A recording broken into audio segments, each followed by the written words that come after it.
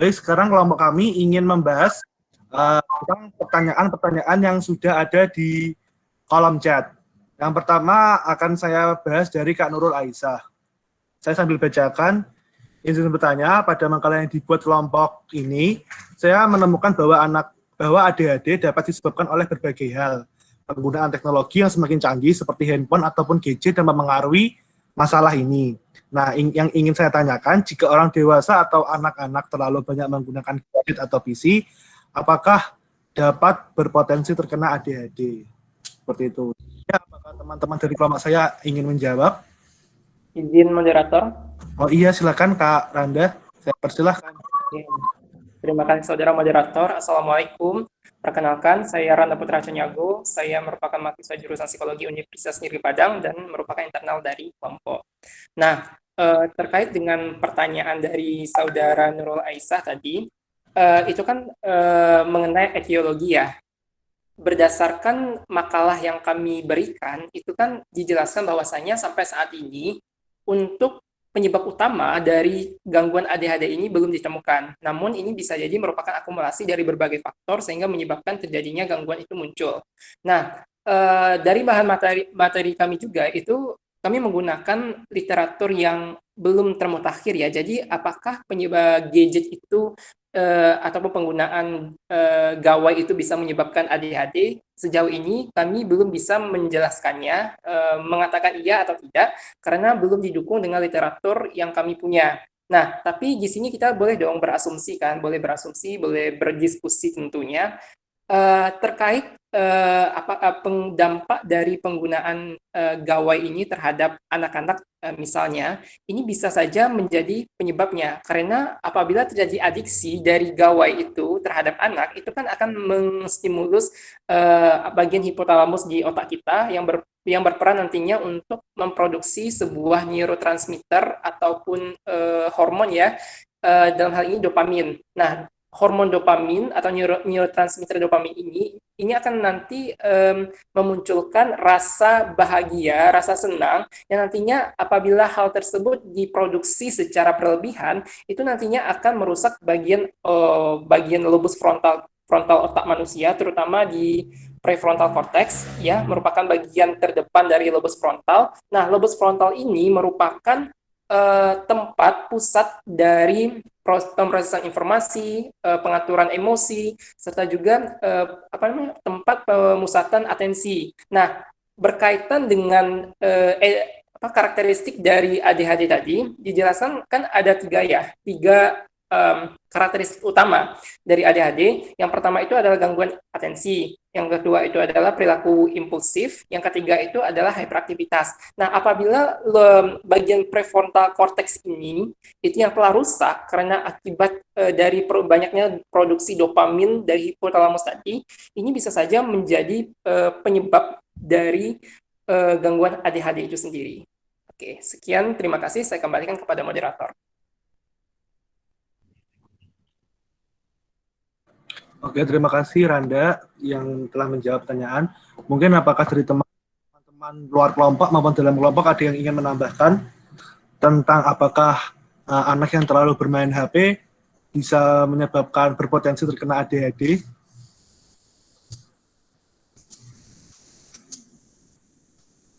Apakah ada yang ingin menambahkan?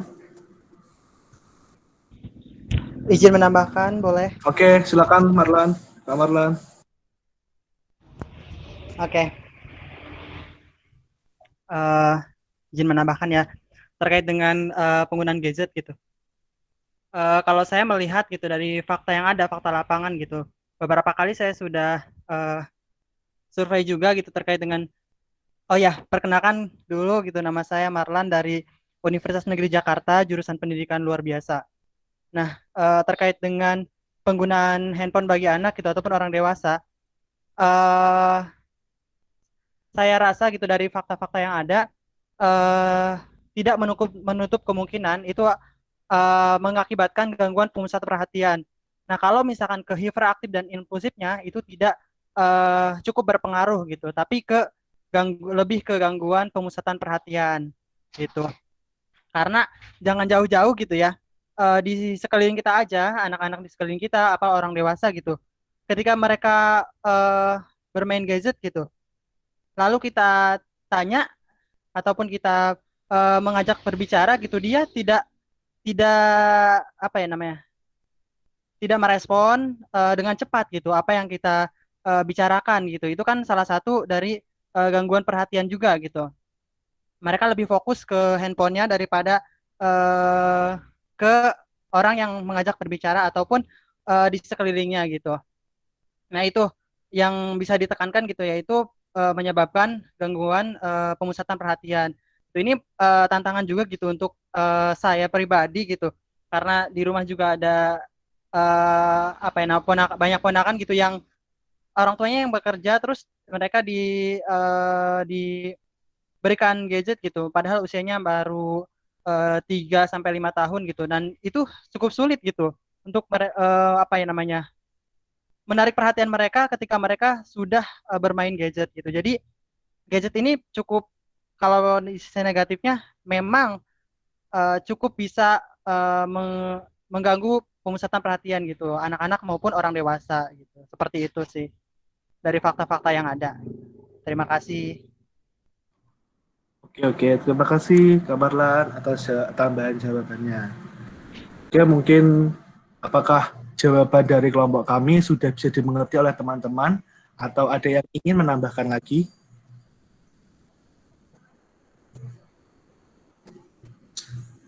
Jika tidak ada, saya ingin melanjutkan ke pertanyaan.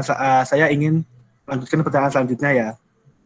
Pertanyaan selanjutnya yaitu dari Andi Nurwula Noviani.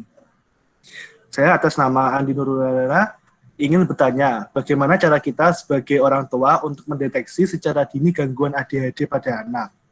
Oke, mungkin akan saya jawab terlebih dahulu. Nah, tanda-tanda ini tuh sebenarnya sudah muncul dalam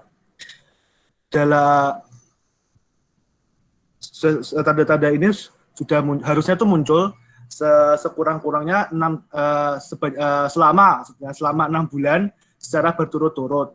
Seperti contohnya itu dia tuh jarang memberikan atensi yang detail atau sering melakukan kesalahan di dalam sekolahnya, pekerjaan sehari-harinya atau apa namanya aktivitas sehari-harinya. Jadi dia tuh mudah ke distract fokusnya seperti itu. Terus sering tidak terlalu mengikuti arahan atau instruksi yang telah diberikan. Jadi dia tuh melakukan seenaknya sendiri di luar instruksi yang diberikan oleh gurunya atau oleh pengajarnya seperti itu. Terus mereka itu juga mempunyai kesulitan dalam mengorganisir tugas dan aktivitas. Selain itu sering menghindar atau tidak menyukai hal-hal yang terlalu runtut atau terlalu bertele-tele. Jadi dia tuh ingin yang ringkas kan. Jika kita ketahui dia kan tidak suka dengan instruksi yang diberikan. Jadi dia itu inginnya ringkas, apalagi dia menginginkan dilakukannya oleh diri sendiri atas kemauan sendirilah, istilahnya seperti itu. Terus untuk gangguan hiperaktif dan impulsif itu tuh mungkin dia itu tuh selalu berlari-larian sendiri atau mungkin selalu tidak bisa anteng lah istilahnya, tidak bisa diam sejenak. Jadi dia misal disuruh duduk hanya beberapa detik saja, nanti dia berkeliaran lagi. Atau mungkin diterapkan di kelas, dia disuruh gurunya duduk, kamu duduk ya, seperti itu. Harus mungkin seperti itu instruksinya. Nah nanti mungkin hanya beberapa detik saja atau beberapa menit saja. Setelah itu nanti dia berkeliaran lagi, entah itu nanti dia menuju ke meja temannya atau mengganggu temannya, mengusili temannya. Seperti itu sih kalau jawaban dari saya. Mungkin kelompok ADHD ada yang ingin menambahkan atau dari luar kelompok, saya persilahkan. Izin menambahkan boleh Kak? Izin share pengalaman maksud saya. Oke, silakan Kak Ika Rahayu, malah bagus nih pengalaman. Saya Ika Rahayu dari Universitas Negeri Jakarta. Jadi begini, kebetulan adik saya kan ADHD ya. Nah, terus adik saya ini waktu lahir itu waktu saya masih sekitar SMP. Nah, kemudian setelah saya masuk kuliah, saya tanya sama orang tua saya, waktu itu kenapa dia, dari mana sih taunya dia itu ADHD begitu. Nah, orang tua saya ini bilang, anak ini aktifnya beda. Jadi antara anak aktif, overaktif, sama hiperaktif itu memang berbeda. Kalau anak aktif kan dia biasanya ada rentang waktu ininya ya, ada waktu lelahnya, ada waktu istirahatnya, tapi adik saya ini berbeda gitu. Jadi kalau anak overaktif dia aktif tapi ada tujuan. Tujuannya ngapain, entah main sepeda atau berlarian ke sana untuk mengambil sesuatu gitu. Tapi kalau adik saya ini hiperaktif, dia aktif yang berlebihan dan tidak ada tujuan. Jadi dia cuma lari ke sana, lari ke sini, terus keluar pagar gitu. Dan dia ini juga memiliki sifat impulsif, artinya dia tidak mengenal bahaya, dia tidak tahu apa yang dilakukan itu akan menimbulkan bahaya bagi dirinya. Ketika dia keluar pagar ada motor gitu kan, nah dia nggak peduli, cuek aja gitu. Nah dari situ orang tua saya mulai curiga, nih kenapa anak ini berbeda gitu maksudnya. Nah kira begitu dibawa ke dokter, didiagnosis dari apa ya, dari pergerakannya itu yang memang aktif sekali waktu itu, waktu umurnya itu masih sekitar 3 tahun. Nah kemudian dibawa ke dokter anak, dokter spesialis anak. Di situ didiagnosis bahwa anak ini termasuk ke dalam ADHD tipe hiperaktif. ADHD hiperaktif impulsif. Nah, begitu terus dokter menyarankan untuk diberikan intervensi terapi perilaku dan terapi okupasi, waktu itu okupasi dulu. Nah, terus dari rumah sakit itu karena lokasinya terlalu jauh, akhirnya orang tua saya mendatangi klinik anak, baby and child clinic di Cibubur waktu itu. Nah, dari situ orang tua saya bawa adik saya ke sana dan diobservasi lagi, di asesmen lagi. Dan kata terapisnya juga ini termasuk ke dalam kelompok anak ADHD yang hiperaktif gitu. Nah, begitu mulai terapi okupasi pertama itu, di situ kan kita bisa melihat ya dari luar jendela nih, ini anak ngapain gitu kan. Nah begitu dilihat dari luar jendela, kalau okupasi terapi itu kan untuk ini ya, untuk melatih apa, agar punya rasa takut gitu, untuk mengendalikan hiperaktifnya gitu. Nah saya lihat di situ adik saya yang manjat-manjat berlebihan, terus jatuh juga tidak merasa sakit gitu, terus jalan-jalan di balok titian tuh benar-benar kayak apa ya, tidak ada kehati-hatian gitu dalam dirinya. Nah dari situ mungkin bisa gitu dari cara pergerakan anak itu yang terlalu hiperaktif itu. Kalau orang tua saya sendiri ya yang mendeteksinya. Gitu aja sih Kak, terima kasih. Ya, terima kasih tadi Kak Eka Rahayu yang telah membagikan sedikit pengalamannya kepada kita. Kita bisa tahu ternyata kalau anak ADHD itu apa tidak takut apa yang tidak kadang tidak berpikir apa yang ia lakukan apakah berbahaya bagi dia atau tidak, seperti itu ya. Mungkin apakah dari teman-teman lain yang ingin membagikan sharing-sharing pengalamannya atau ingin membantu menjawab?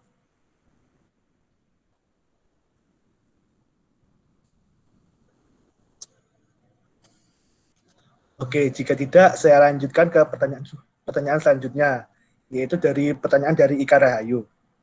Oh ya, pertanyaan dari Ika Rahayu, jika saya baca itu tuh sama seperti dengan pertanyaannya dia Resti. Jadi akan saya bacakan langsung. Jadi di film tadi yang sudah saya setelkan, Mommy itu ya, dijelaskan sekali perilaku-perilaku yang sangat menyimpang. Kalau begitu, apa yang membedakan anak ADHD dan tunalaras secara spesifik? Tokoh di film tadi apakah dominan ADHD atau ada gap juga antara tunalaras, emotional and behavior disorder? Dan pertanyaannya Kak Dia itu sama seperti pertanyaan dari Kak Ika.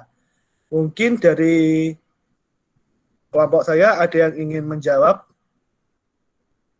Izin moderator. Oke, silakan Rehan. Mohon maaf, downkan ya, karena bermasalah sedikit dengan jaringan. Nah, saya Rehan Niljana dari internal kelompok ingin menjawab pertanyaan dari saudara saya Dea dan juga saudara saya Ika. Nah, pertama, apa sih yang membedakan antara ADHD dengan tunalaras itu sendiri? Nah, kita balik lagi pada konsep. Di sini ADHD itu merujuk kepada gangguan pemusatan perhatian disertai dengan hiperaktif. Nah, sedangkan tunalaras sendiri yaitu anak-anak yang bertingkah laku kurang sesuai dengan lingkungan, dan perilakunya cenderung bertentangan dengan norma-norma yang berlaku di masyarakat. Nah, berangkat dari konsep tersebut, maka kelompok mengartikan perbedaan dari anak ADHD dengan tunalaras itu mungkin susah untuk membedakannya jika dilihat sekilas dari tingkah lakunya. Nah, jadi perbedaannya di sini ialah anak ADHD itu biasanya tidak peduli dengan lingkungan dan melakukan tindakan-tindakan yang tidak biasa. Dalam artian tindakan tersebut adalah tindakan yang hiperaktivitas tadi. Nah, sedangkan tunalaras itu sendiri anak-anak yang melakukan tindakan yang bertentangan dengan norma. Mereka juga memiliki komplotan-komplotan jahat, dan ada juga mereka juga melakukan tindakan-tindakan dalam artian yaitu melanggar hukum, dan setelah itu kebanyakan dari anak tunalaras itu sendiri tidak memunculkan tindakan-tindakan yang hiperaktif. Hanya saja mereka terkesan jahat yang berlebihan.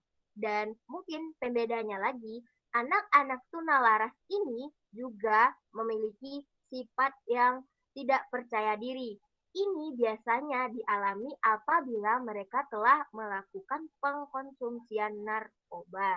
Nah, sedangkan hiperaktivitas tidak seperti itu. Mereka itu hanya aktif dan tidak peduli dengan lingkungan, bahkan jarang memiliki komplotan jahat seperti tunalaras. Nah, berangkat dari pertanyaan tadi, mungkin sudah tergambar secara spesifik perbedaannya tadi. Dan pertanyaan paling bawah dari Saudara Dea, apa sih landasan kelompok sampai memilih film Mommy 2014 untuk diangkat menjadi analisis film ADHD ini? Nah, dapat kita lihat bahwasanya ketika gambaran dari film tersebut, Steph tadi itu adalah adalah anak yang tidak memiliki teman dan bahkan cenderung melakukan tindakan-tindakan yang tindakan-tindakan hiperaktif, seperti dapat kita lihat ketika ketika ibunya dan teman ibunya berada di trotoar, dia malah berjalan di tengah jalan yang di belakangnya itu ada mobil. Nah, ketika itu nampak sekali hiperaktifnya. Ketika ibunya Steph ke pinggir, kata ibunya, dia tidak mau, bahkan melemparkan tomat-tomat ke belakang dan terus berlari. Artinya mereka tidak mengikuti aturan. Itu landasan yang pertama. Yang kedua, mengapa kami ambil ini lagi? Karena dari sifat dari karakteristik internal, dari beberapa karakteristik dari anak ADHD yang kami baca dari referensi yang telah dikirim Randa sebelumnya, ketika pertemuan kedua waktu pembagian kelompok itu sudah sangat tergambar bahwasanya Mommy ini sangat cocok untuk diangkat dalam analisis film ADHD kami ini. Dan ikonik dari film Mommy ini yang sehingga kami benar dan yakin ingin mengangkatnya, yaitu ketika dia hampir melakukan tindakan yang tidak wajar kepada bapak-bapak yang hitam bulat itu tadi, yang mengatakan ibunya itu adalah wanita yang dalam tanda kutip. Mungkin itu dari kelompok. Terima kasih.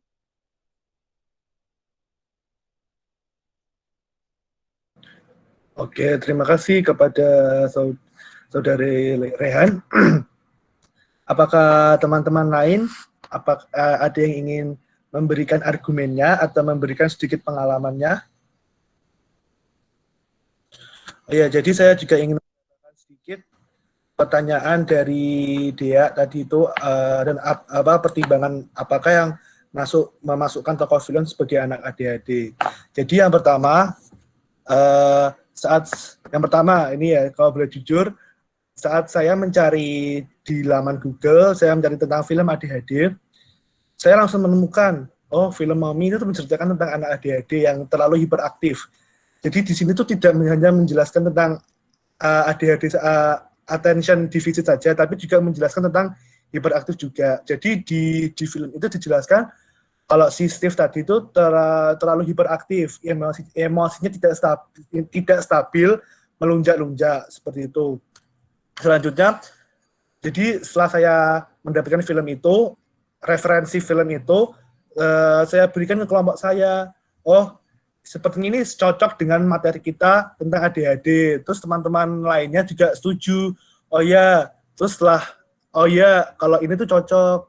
Setelah kita lihat bersama-sama, ternyata simptom-simptom yang ditunjukkan oleh Steve yang ada di film itu sangat relate dengan ciri-ciri dari anak ADHD yang sudah dijelaskan di presentasi kelompok kami. Kami kan merujuk dari buku DSM-5 sama tentang peraturan tentang itu yang membahas tentang GGPH seperti itu. Oke, mungkin bisa dilanjutkan ke pertanyaan, mungkin pertanyaan dari tadi siapa ya? Ika Rahayu ya? Ika Rahayu dan Dea saya cukupkan. Saya lanjutkan ke pertanyaannya, bentar, Reza Gibran. Nah, sama seperti tadi, sebetulnya tuh Reza Gibran dengan Vira itu tuh sama pertanyaannya. Jadi mungkin bisa sedikit jawabannya mungkin bisa sama ya, sedikit nyenggol-nyenggol sedikit. Izin bertanya, apakah anak ADHD dapat hidup dengan stabil, dengan penanganan yang tepat, dan masih memiliki gejala-gejala tersebut? Terus kalau pertanyaannya Vira, bagaimana dengan keadaan anak ADHD pada masa dewasanya? Apakah bisa sembuh? Oke, mungkin saya di sini akan sedikit menjawab. Jadi sebenarnya itu diagnosis tentang ADHD itu tidak bisa sembuh total jika dia ke dewasanya. Tapi dengan kita melakukan terapi-terapi, terus pembelajaran sedikit demi sedikit, mungkin perilaku attention deficitnya atau hiperaktifnya itu sedikit berkurang. Jadi itu tidak bisa sembuh total, karena itu sudah faktor ya, jadi itu sudah tidak bisa sembuh total, seperti itu. Jadi nanti di dewasanya nanti, dia juga akan mungkin misal dia kekurangan atensinya, jadi mungkin dia besok dewasanya waktu bekerja dia akan susah konsentrasi atau dalam mengerjakan sesuatu dia tuh akan kesulitan dalam mencerna instruksi, seperti itu sih. Soalnya gangguan-gangguan seperti ini tuh jarang sekali sembuh di masa dewasanya. Walaupun ia sudah menjalani terapi-terapi. Jadi itu terapi itu sebenarnya itu tidak menyembuhkan total. Hanya saja mengurangi gejala-gejala yang timbul dari gangguan tersebut. Seperti itu. Mungkin jawaban saya ada yang ingin menambahkan, saya persilahkan. Saya Puji Wahyuni. Oh ya, silakan Puji Wahyuni. Izin menjawab ya, teman-teman semuanya. ADHD itu bukan penyakit, jadi nggak bisa disembuhkan. Jadi mungkin kata lainnya bukan disembuhkan, tapi mengurangi atau kayak misalnya dia, kalau misalnya ADHD suka lari-lari terus, nah kita bisa terapi terus untuk mengurangi intensitas dia berlari-larinya, kayak gitu. Jadi anak berkebutuhan khusus itu nggak bisa sembuh ya teman-teman, karena ini bukan penyakit tapi bawaan dari lahir, tapi kita bisa mengurangi kayak tadi kata siapa? Fadlan ya? Kata Fajri, mengurangi kayak intensitas atau gejala-gejala yang dia miliki gitu. Itu sih, terima kasih. Mungkin teman-teman yang lain ada yang mau mengoreksi. Oke, terima kasih Kak Puji. Mungkin teman-teman lainnya ada yang ingin berpendapat atau membagikan sedikit informasi, pengalaman, kalau mungkin anak ADHD yang dewasanya tuh bisa sedikit berkurang. Ya, terima kasih atas pertanyaan yang diberikan. Jadi saya internal kelompok ya. Jadi mau menambahkan mengenai ADHD untuk masa depannya. Jadi berdasarkan dari yang saya dapat itu, anak ADHD itu sebenarnya benar seperti kata Puji tadi, dia bukan disembuhkan, tapi selain mungkin bisa dikendalikan. Jadi kedepannya dia itu bisa mengendalikan emosinya. Jadi dia punya tahap, yaitu mungkin ADHD yang tingkatan ringan, sedang, dan berat. Untuk yang ringan itu biasanya pengendaliannya itu bahkan saat dia umur remaja, dia sudah bisa untuk beraktivitas dengan normal. Tetapi untuk yang mengidap sedang dan berat, bahkan sampai pada tingkatan dewasanya pun dia masih bisa dia masih mungkin kesulitan dalam mengendalikannya. Tapi hal tersebut, melainkan ADHD itu bisa dikendalikan, tapi bukan disembuhkan. Jadi mungkin seperti itu. Jika masih ada yang mau mendapatkan, terima kasih. Oke, Kak Angke, terima kasih untuk jawabannya. Jadi sekali lagi saya tegaskan, jika gangguan-gangguan yang kita pelajari ini yang ada di anak berkebutuhan khusus itu sebenarnya itu bukan penyakit. Kan kalau penyakit, kalau misal kita terkena flu atau batuk, itu bisa sembuh. Nah, tapi kalau ini tuh dia tuh gangguan, jadi itu tidak bisa sembuh. Soalnya itu adalah pemberian dari Tuhan dan itu bawaan dari lahir, seperti itu. Jadi mungkin terapi-terapi yang dilakukan itu tuh hanya bisa mengurangi intensitas kemunculan dari gangguan itu. Seperti itu. Jadi tuh jangan samakan ini dengan penyakit-penyakit yang ada ya. Jadi penyakit ini tidak bisa serta-merta sembuh. Seperti itu. Kak Nurul mau menambahkan? Ini mungkin Kak, kalau berdasarkan penemuan saya, ya maksudnya berdasarkan materi yang saya dapatkan, tapi ini berkaitan bukan hanya tentang ADHD. Nah, tadi kan kata kakak bahwa gangguan-gangguan yang kita bahas di mata kuliah ini itu kan sebenarnya tidak bisa disembuhkan ya Kak. Nah, kalau temuan saya justru ini juga berdasarkan dari paparan materi dari Dr. Rudi Setiadi. Beliau kan salah satu ahli autis ya. Autis kan salah satu bahasan di materi kita ya. Nah, kata Dr. Rudi Setiadi dikatakan bahwa sebenarnya kayak semacam ini semacam autis itu bisa disembuhkan gitu. Nah, memang mungkin sekarang belum ditemukan ada orang-orang yang benar-benar sembuh secara total misalnya. Tapi belum sembuh ini bukan berarti nggak bisa sembuh sebenarnya. Tapi lebih tepatnya adalah karena belum ditemukan obatnya gitu. Belum ditemukan penawarnya. Karena kan kita tahu bahwa sebenarnya kita manusia itu punya keterbatasan kan. Seilmuan sepintar apapun mereka punya keterbatasan masing-masing. Mungkin memang sekarang belum ditemukan penawarnya, tapi kita kan nggak tahu nanti seiring berjalannya waktu, berkembangnya ilmu pengetahuan, akan ditemukan obat untuk berbagai penawar berbagai gangguan yang ada gitu. Jadi kalau saya lebih tepatnya itu lebih setuju tidak bisa disembuhkan, tapi belum bisa disembuhkan. Itu karena memang penawarnya itu belum ditemukan. Apalagi jika kita seorang, ya khususnya seorang muslim ya, kita tentu menemukan ada satu riwayat hadis Nabi bahwa yang artinya di sana dikatakan bahwa setiap penyakit itu ada penawarnya gitu, asalkan penawar tersebut memang sesuai dengan penyakitnya gitu, artinya sesuai ya penawar dengan penyakitnya seperti itu. Jadi kalau sekarang sebenarnya belum bisa disembuhkan itu bukan berarti nggak bisa, tapi lebih tepatnya belum ditemukan penawarnya. Ini mungkin bisa jadi salah satu bahan kajian juga atau bahan penelitian kita juga gitu ya untuk terus mengembangkan pengetahuan gitu. Itu mungkin Kak yang ingin saya paparkan. Mohon maaf mungkin kalau misalnya berlawanan gitu. Terima kasih. Oke, terima kasih Kak Nurul atas tambahannya. Mungkin bisa mengoreksi pernyataan saya yang tadi. Oke, terima kasih Kak Nurul atas koreksinya dan sedikit informasi yang telah diberikan.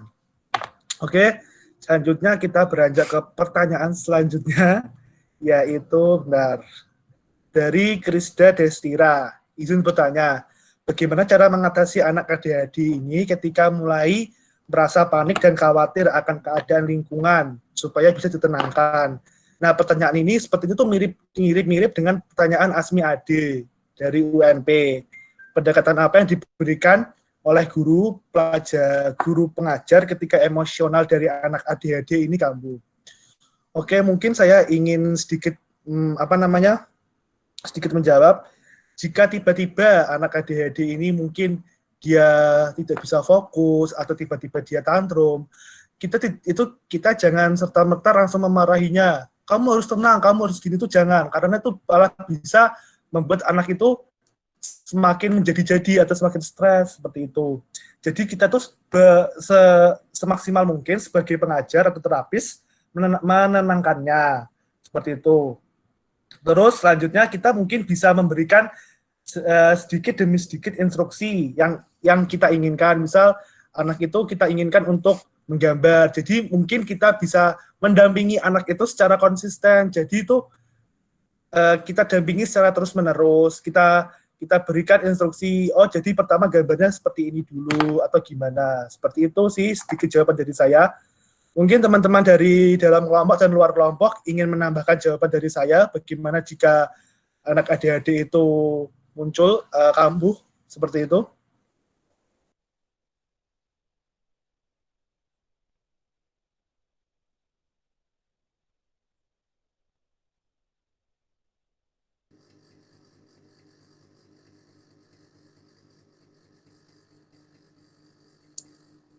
Kak Fadla bisa minta baca soalnya ulang? Pertanyaan dari...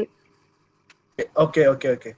Tadi itu pertanyaannya dari Rizda Destira tentang bagaimana cara mengatasi anak ADHD ini jika ia mulai merasa panik dan khawatir akan keadaan lingkungan dan supaya itu bisa ditenangkan.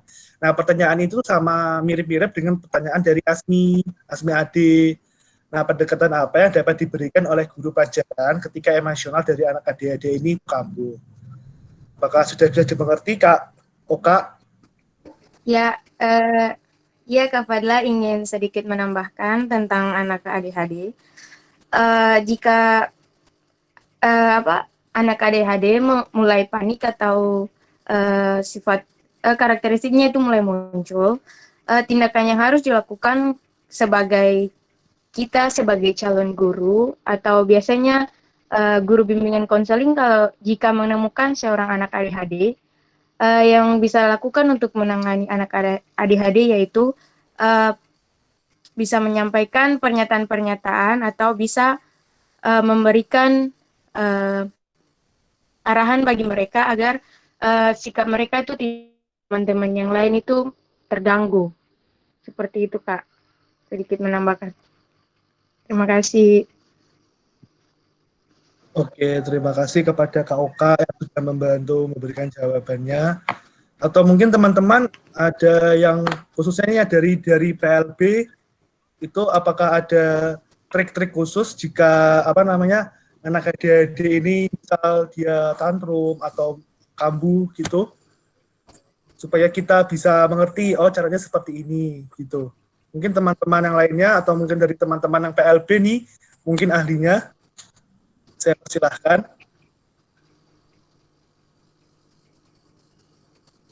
Izin moderator.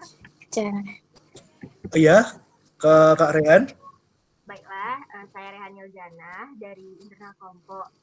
Nah, di sini saya lebih kepada pertanyaan Pak Azmi, yaitu pendekatan seperti apa yang diberikan oleh guru pelajaran ketika emosional dari anak ADHD itu kambuh. Nah, mungkin teman-teman tahu yang namanya modifikasi perilaku. Modifikasi perilaku itu ada beberapa bentuknya. Di sini saya mengambil yaitu modifikasi perilaku token ekonomi. Nah, apabila anak ADHD dalam pembelajaran memunculkan sikap emosional, hiperaktif, mengganggu teman, dan lain sebagainya, maka kita berlakukan token ekonomi. Nah, ketika memulai pelajaran, maka dikatakan, misal saya ADHD, Rehan, apabila Rehan mengganggu teman, maka tidak akan mendapatkan bintang. jika Rehan 10 menit tidak mengganggu teman, maka akan mendapatkan bintang. Nah, ketika Rehan yang ADHD ini tidak melakukan kegiatan yang mengganggu teman dan memunculkan emosional, maka akan dikasih bintang oleh guru nantinya. Nah, ketika Rehan melakukan tindakan itu, maka tidak akan dapat bintang. Dan ini juga diberlakukan kepada teman-teman yang lainnya. Nantinya, bintang tadi dapat kita tukar dalam bentuk benda seperti apa, misalnya makanan dan lain sebagainya. Nah, sebagai seorang anak, yaitu anak yang masih SD-an ADHD ini, tentu reward setelah dapatnya token ekonomi tadi, mereka akan merasa senang sehingga mereka akan tertarik untuk tidak lagi melakukan kegiatan tersebut. Namun di sini juga perlu digarisbawahi, token ekonomi ini sebenarnya bagus, namun jangan hanya selalu memberikan anak reward seperti makanan-makanan saja. Bisa seperti apresiasi, wah Rehan bagus hari ini ya, tidak mengganggu teman dan lain sebagainya. Selanjutnya kita sebagai guru ketika anak ADHD itu tantrum, saya belum pernah melihat anak ADHD tantrum, cuman autis ya, cuman mungkin ini bisa disamakan, mungkin bisa ini disamakan karena mereka juga sama-sama memiliki kekurangan fokus. Nah, ketika mereka tantrum, saya pernah, mungkin yang anak-anak Padang tahu, yaitu di SLB Kansa di Jati. Nah, di sana penerapannya, jika anak-anak itu tantrum, maka dipegang ini, maka ditekan. Nah, ditekan. Mohon maaf, nggak kelihatan Kak, nggak kelihatan. Nggak kelihatan, bentar ya. Nah, jika saya tantrum, nah tindakan guru yang dilakukan di sana di SLB Kansa itu, mereka ini di tangan saya. Nah, mereka memegang urat yang di sini lalu ditekan, dan sehingga mereka itu tidak berdaya, dan di belakang ini dan pinggang anak dipegang oleh guru lainnya. Lalu setelah itu, setelah anak tidak berdaya, maka mereka akan disudutkan di pojokan dan dipegang oleh guru sampai benar-benar tidak berdaya lagi. Nah, kebanyakan anak yang ADHD ini memiliki energi yang luar biasa wow-nya. Maka di sana juga diterapkan seperti anak dibedong, kayak anak kecil itu dibedong, setelah anak dipegang ininya, lalu dirobohkan kayak kita main smackdown itu loh. Lalu dirobohkan dan dibedong itu pakai kain yang recover yang besar, yang selimut recover itu, lalu dibedong sampai dengan kuat, dan sampai mereka tuh minta, ampun Bu, enggak lagi Bu, gitu. Kalau di SLB sana, itu yang pengalaman saya yang pernah saya dapat di semester kemarin. Mungkin itu dari saya. Ya, terima kasih. Oke, terima kasih Rehan untuk sedikit penjelasannya. Mungkin ada teman-teman lainnya yang ingin menjelaskan juga tentang bagaimana sih jika anak ADHD itu lagi kumat, lagi kambuh, seperti itu. Boleh menambahkan? Ya, Marlan, silahkan. Oke, baik. Nah, terkait dengan ADHD di dalam kelas gitu ya, apabila mereka kambuh, muncul gitu ya gejalanya. Nah, biasanya ini untuk para calon guru gitu. Biasanya itu guru-guru itu tahu gitu kalau misalkan anak ini sudah merasa tidak nyaman, merasa cemas dan lain sebagainya, guru itu sudah mengetahui gitu.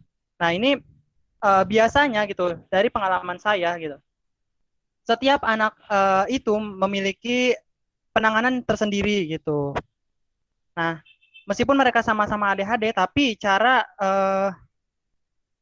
cara menangani ketika mereka mulai kumat gitu. Nah, itu guru itu sudah antisipasi. Makanya di sini guru gitu ya, calon guru perlu banget untuk mengetahui karakter anak gitu ya. Ketika mereka sudah merasa tidak nyaman, kita harus antisipasi, dan itu biasanya juga guru itu sudah tahu apa yang harus mereka lakukan gitu untuk akhirnya anak ini tidak jadi gitu, tidak jadi tantrum ataupun tidak jadi memunculkan karakternya. Nah, apabila sudah itu tadi sebelum ya, apabila sudah terjadi gitu ya kecolongan, biasanya kecolongan. Nah, kalau misalkan kita sudah kecolongan gitu, anak itu tiba-tiba kita belum siaga dia udah ngamuk duluan gitu. Nah, ini menurut ilmu yang saya dapat gitu ya dari teman-teman komunitas di UNJ gitu. Nah, berikan pelukan kepada anak gitu. Nah, ini sekuat mungkin kita harus memeluk anak. Biasanya tuh benar kata Rehan tadi gitu, anak-anak ini tuh nggak bisa disepelekan gitu tenaganya. Mereka tuh memang memiliki tenaga yang sangat besar gitu. Dan biasanya mereka lebih apa ya namanya, lebih badannya itu lebih besar daripada guru-gurunya gitu, sepengalaman saya gitu. Nah, ini diberikan pelukan gitu yang sedemikian rupa gitu. Nah, dan ini harus kalau misalkan yang dewasa itu harus sama laki-laki dan yang perempuan gitu yang sudah dewasa dengan perempuan gitu. Nah, berikan pelukan, lalu pegang apa ya, punduknya gitu, apa sih namanya? Pundak ya. Pundaknya dipegang gitu dan kita coba bisikan tenang, tenang, kamu bisa tenang, kamu bisa tenang. Ini ilmu dari dosen bimbingan konseling gitu. Nah, ini kita berikan pelukan, lalu kita bisikan kepada mereka, kamu bisa tenang, kamu tenang, kamu tenang gitu. Itu untuk mungkin untuk mensuges mereka gitu agar mereka juga bisa tenang gitu. Nah, apabila tidak bisa juga gitu, memang kita harus kejam gitu kepada anak yang seperti ini. Betul banget menguatkan dari Rehan, kita harus mengikat mereka gitu sampai mereka merasa ampun-ampunan gitu. Nah, ini kita tuh jangan merasa kasihan, kita harus tega untuk mereka yang lebih baik gitu. Kita harus membedong ya tadi, bener banget. Membedong, mengikat mereka sampai mereka merasa ampun kalau misalkan itu jalan yang paling terakhir itu seperti itu. Terima kasih. Saya kembalikan kepada Fadlan. Oke, terima kasih Marlan untuk jawabannya. Mungkin untuk pertanyaan ini saya cukupkan, kita beralih ke pertanyaan yang selanjutnya, yaitu dari pertanyaan dari siapa tadi? Bentar. Pertanyaan dari Rika Aranuraska. Apa sih yang membedakan anak aktif, hiperaktif, dan ADHD? Karena pada dasarnya anak tersebut memiliki energi yang berlebihan sehingga dapat mengalihkan fokus dan emosinya. Perlu saya jelaskan lagi, kalau aktif, hiperaktif, dan ADHD itu berbeda ya. Oh ya, hiperaktif itu sebenarnya tuh termasuk dari ADHD karena kepanjangan dari ADHD itu tuh attention deficit or hyperactivity disorder. Jadi di situ tuh ada sepertinya ada dua, gangguan atensi dan gangguan hiperaktivitas seperti itu.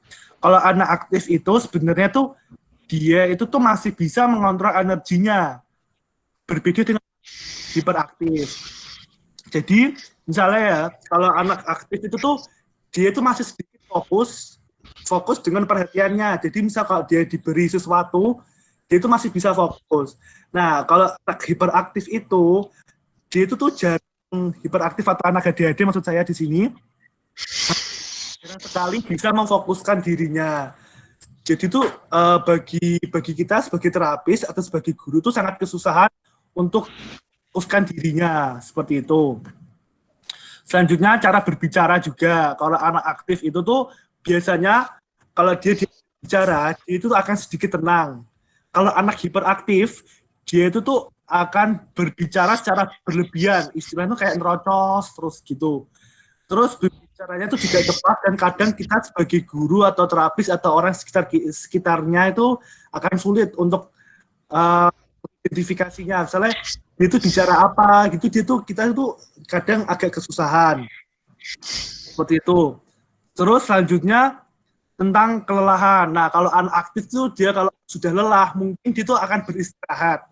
Sedangkan anak ADHD khususnya anak hiperaktif itu tuh sangat sulit untuk diajak istirahat. Nah, disuruh duduk sebentar nanti dia tuh berlarian-larian lagi. Seperti itu. Mungkin jawaban saya ada yang ingin menambahkan atau yang ada ingin memberikan sedikit pengalamannya.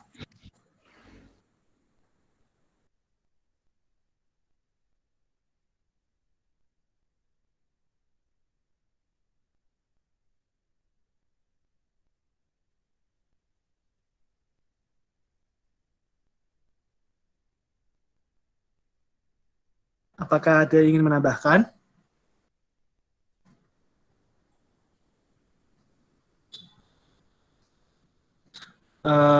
Jika tidak ada, saya akan melanjutkan ke pertanyaan terakhir. Yaitu dari pertanyaan dari Tasa Dwila Nisa Putri. Izin bertanya, di dalam ADHD dan ada ADD tanpa gangguan hiperaktivitas, apakah ADD ini dapat dikatakan bahwa dimiliki oleh semua orang? Karena seperti yang kita tahu, kebanyakan siswa atau mahasiswa di kelas sangat sulit memusatkan perhatiannya pada pelajaran dan melakukan kegiatan lain, seperti memainkan HP, mengobrol, atau melamun. Terima kasih. Oke, pertanyaan ini mungkin bisa saya langsung jawab. Menurut saya itu tuh ADD atau seperti kita yang kalau dijelaskan dosen, atau mungkin waktu kita saat ini saya sedang presentasi, ada yang tidak fokus, ada yang sedang memainkan HP, itu beda dengan ADD. Karena kalau yang kita lakukan, kita terkadang memainkan HP atau berbicara dengan teman sendiri saat kita dijelaskan dengan dosen, itu mungkin tuh ada rasa bosan atau rasa tidak tertarikan atas materi yang dijelaskan. Mungkin kita jujur-jujuran aja ya, mungkin kan kita kan tidak tertarik atau merasa bosan atau terlalu panjang nih SKS-nya, terlalu lama waktunya. Nah, mungkin kita merasa bosan. Dan itu mungkin menurut saya itu hal yang wajar jika kita sedikit berbincang-bincang dengan teman kita atau bermain HP. Namun, anak ADD ini tuh berbeda sekali dengan apa yang kita lakukan, seperti yang sudah dijelaskan tadi.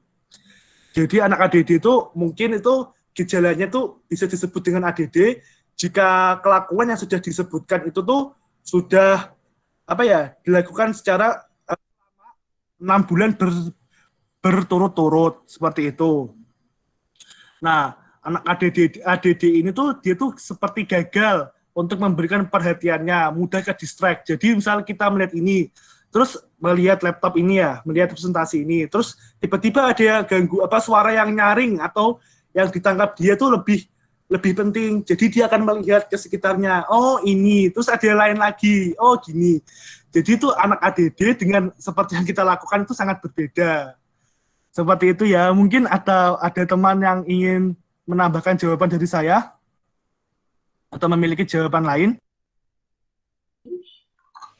Izin menambahkan. Ya, Kak, Mohon maaf saya tidak bisa menampilkan video karena jaringan. Jadi tambahan dari saya, perkenalkan nama saya Dea Resti Francisca dari UNP.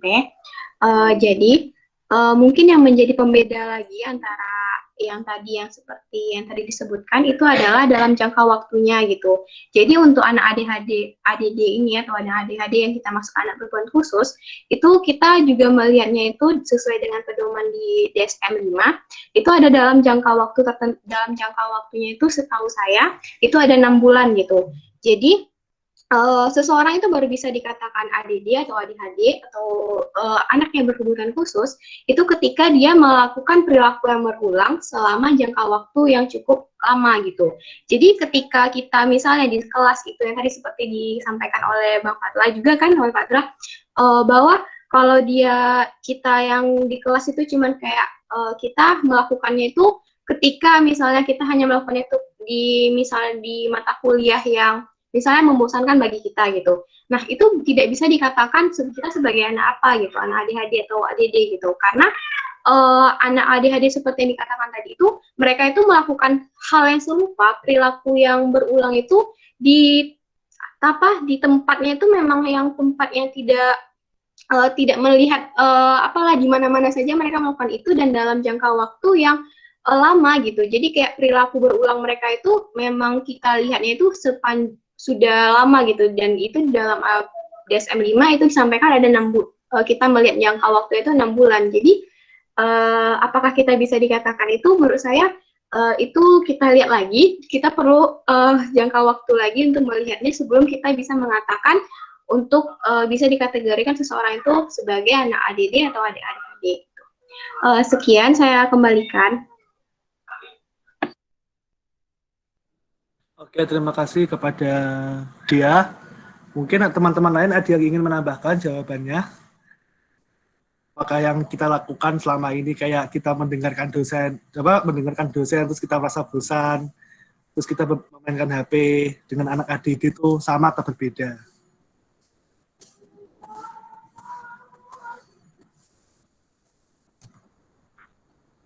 izin menambahkan boleh Kak? Oh iya, silakan Kak Rahayu. Ya, jadi seperti apa yang sudah dijelaskan oleh Kak Fadla dan Dea tadi, jadi memang betul kalau misalkan ADD ini diagnosisnya itu perlu diadakan lebih lanjut karena saya ambil di sini dari bukunya Gordon Millicat. Jadi ada 9 karakteristik ADD inatensi. Yang pertama itu membuat kesalahan yang ceroboh, kemudian tidak bisa mempertahankan perhatian, terus tidak menyimak saat diajak bicara, gagal menyelesaikan tugas, kemudian tampaknya tidak terorganisir, kemudian menghindari tugas, kehilangan sesuatu, mudah teralihkan, dan pelupa. Dari 9 gejala itu bisa dikatakan ADD apabila muncul 6 atau lebih dari 9 gejala tersebut. Kemudian ada juga diagnosa lebih lanjut seperti yang tadi telah dijelaskan juga oleh Dea bahwa muncul selama 6 bulan berturut-turut dan kemudian munculnya ini di bawah usia 7 tahun lalu diamati itu seminimal-minimalnya ada di 2 latar, di sekolah, di rumah, atau di tempat kerja, dan di lain tempat gitu. Jadi nggak cuma di sekolah aja, tapi di rumah juga menunjukkan gejala-gejala tersebut gitu. Kemudian juga berdampak cukup berat terhadap akademik dan sosialnya. Kalau misalkan kita kan ya mungkin di kelas itu tidak bisa memusatkan perhatian, tapi kalau di luar sedang berkumpul dengan teman-teman, mungkin perhatian kita akan tertuju kepada bahan pembicaraan atau lain sebagainya gitu. Itu aja sih Kak. Terima kasih.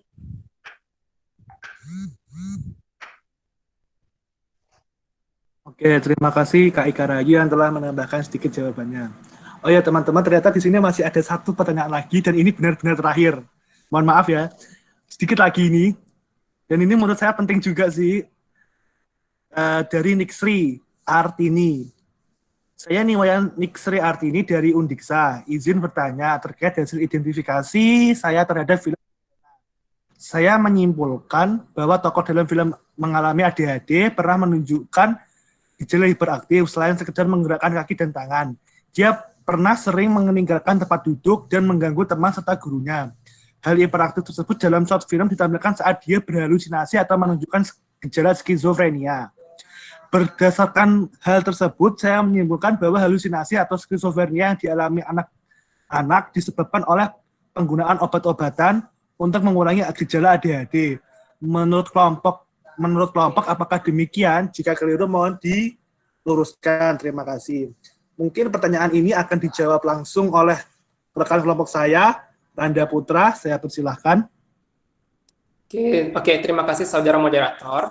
Nah, pertama, saya menyetujui dari pernyataan Niksri bahwasanya perilaku yang ditampilkan dalam video itu merupakan bentuk halusinasi, itu ya. Tapi di sini kita harus menekankan dulu sejauh menurut pendapat saya, perilaku yang ditampilkan dalam video itu merupakan perilaku yang hanya menunjukkan simptom berupa gangguan perhatian dan sedangkan hyperaktif yang ditampilkan itu merupakan akibat sekunder dari gangguan perhatian tersebut. Jadi karena dia tidak bisa memfokuskan perhatiannya sehingga dia berhalusinasi untuk melakukan kegiatan hyperaktif yang sebenarnya itu tidak dilakukannya pada kegiatan di dunia nyatanya seperti itu.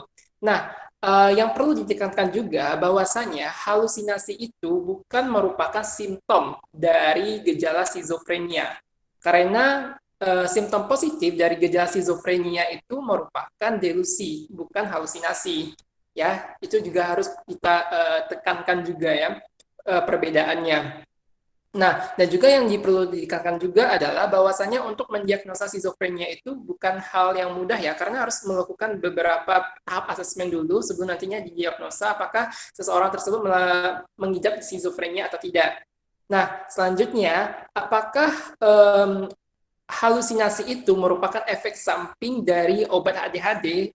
Saya pernah membacanya ya, kalau tidak salah nama obatnya pokoknya awalnya M gitu. Jadi salah satu efek samping dari obat itu memang menyebabkan terjadinya halusinasi. Tapi kembali lagi bahwasanya ini bukan merupakan gejala skizofrenia dan ini hanya merupakan sebuah efek samping dan hyperaktif dalam video itu merupakan efek sekunder dari gangguan perhatian seperti itu. Terima kasih, saya kembalikan kepada moderator. Oke, terima kasih kepada saudara Randa yang telah membantu menjawab. Jadi saya pertegas lagi, jika skizo dan ADHD sangat berbeda ya, karena skizo itu perlu diadakannya tes khusus seperti itu. Seperti apa? Untuk menentukan gejala bahwa itu benar-benar skizo atau tidak. Jadi tidak serta-merta bahwa anak ADHD juga skizo itu tidak serta-merta seperti itu. Oke, mungkin tadi pertanyaan dari Nixri adalah penutup dari presentasi dari kelompok kami. Oke, sebelum saya tutup, mungkin teman-teman bisa menyalakan kameranya sebentar untuk bisa didokumentasikan sebagai bukti laporan jika kita telah melakukan pertemuan tentang anak ADHD ini. Mungkin teman-teman bisa menyalakan kameranya sebentar saja. Widya, Dedi, Ika Rahayu, Vira, Nurul Aisyah, Adisti, Zulri, Nikomang, Nixri, Sri Mulyani, Raidel Parunto, Nuni, Nurgina, Arjuna, FM, Agustina Hakim, Dery, Ketut Siskayanti, Randa, Marlan, Oka, Harun, Teater Cagur, Ihsa, Angke, Uning, bisa menyalakan kameranya sebentar? Kita mengambil foto sebentar saja. Oke, saya kasih aba-aba ya teman-teman.